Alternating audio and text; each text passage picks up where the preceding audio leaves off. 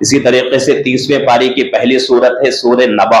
اور اس میں بھی یہ صورت بھی مکی صورت ہے، اس میں 40 آیتیں 2 رکوع ہیں، اور اس صورت کو اللہ رب العزت نے نبا اس لیے رکھا ہے کہ اس میں ایک آیت آتی ہے عن النبأ العظیم، کیا بڑی خبر کی نسبت، اسی خبر کی نسبت سے سورت کو سورہ نبا کہا جاتا ہے۔ اس سورت کا موضوع کیا ہے کہ اس لیے کہ یہ مکی صورت ہے، اور اللہ کی عادت ہے کہ مکی صورتوں میں 3 باتوں سے بیان کرتے ہیں، ایک توحید ہے، رسالت ہے، تیسری چیز ہے